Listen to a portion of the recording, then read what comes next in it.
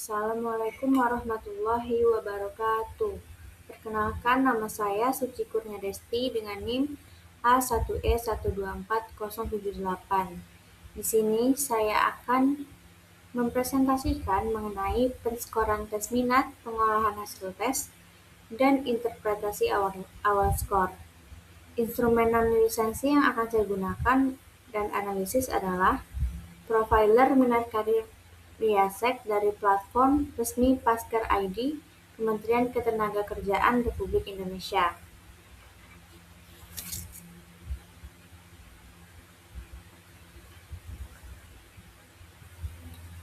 Baiklah, saya akan menjelaskan terlebih dahulu apa itu Riasek. Riasek adalah sebuah teori pemilihan karir berbasis kepribadian yang dikembangkan oleh psikolog John L. Holland. Inti dari teori ini menyatakan bahwa pilihan karir seseorang merupakan cerminan dari kepribadiannya. Seseorang yang akan merasa puas, produktif, dan bahagia jika lingkungan kerjanya cocok atau kongruen dengan tipe kepribadian yang mereka miliki. Holland membagi kepribadian manusia dan lingkungan kerja ke dalam 6 tipe, yang disingkat menjadi akronim RIASEC, yaitu R untuk realistik, ini untuk tipe kepribadian yang praktis. Lalu yaitu ada investigatif, itu adalah tipe kepribadian yang tipe pemikir. Lalu untuk A itu adalah artistik. Artistik itu tipe kepribadian yang kreatif, menyukai aktivitas bebas. Lalu untuk yang S itu sosial. Sosial ini tipe kepribadian yang penolong, yang menyukai aktivitas interaksi sosial untuk membantu dan mengajak sesama. Lalu untuk yang E itu adalah enterprising, yaitu tipe pengelola yang menyukai aktivitas pemimpin. Lalu untuk yang C adalah konvensional atau tipe yang teratur. Tipe ini menyukai aktivitas yang terstruktur, rapi, dan pengelolaan data.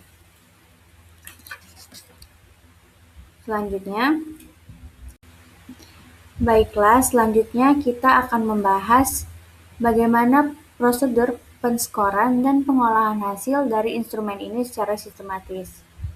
Yang pertama itu aturan pemberian skor. Aturan pemberian skor pada instrumen Riasek Kemnaker ini berbasis pada respons pengguna terhadap sejumlah pernyataan mengenai ketertarikan aktivitas atau kompetensi kerja. Setiap jawaban positif atau pilihan yang sesuai akan memberikan bobot skor poin pada salah satu dimensi dari 6 tipe kepribadian Holland. Untuk pengelompokan skor, hasilnya dibagi ke dalam 6 dimensi, original John Holland, yaitu realistik, investigatif, artistik, sosial, enterprising, dan konvensional. Lalu selanjutnya itu adalah langkah perhitungan hasil tes. Ini dilakukan oleh sistem dengan menjumlahkan skor mentah pada masing-masing dimensi, lalu dikonversi ke dalam bentuk persentase untuk melihat distribusi minat subjek secara proporsional. 3 dimensi dengan persentase tertinggi akan diambil sebagai kode Riasek dominan subjek. Lalu selanjutnya adalah simulasi dan penyajian data.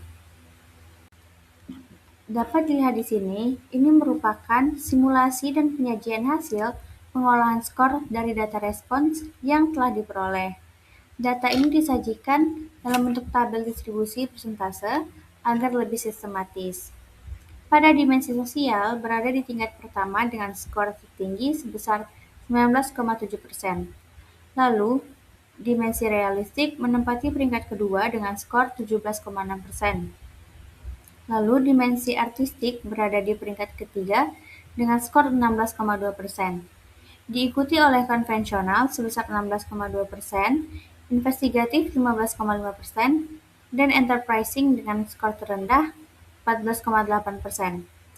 Berdasarkan urutan 3 peringkat teratas tersebut, kita mendapatkan kombinasi kode Riasek dominan untuk subjek ini, yaitu kode SRA.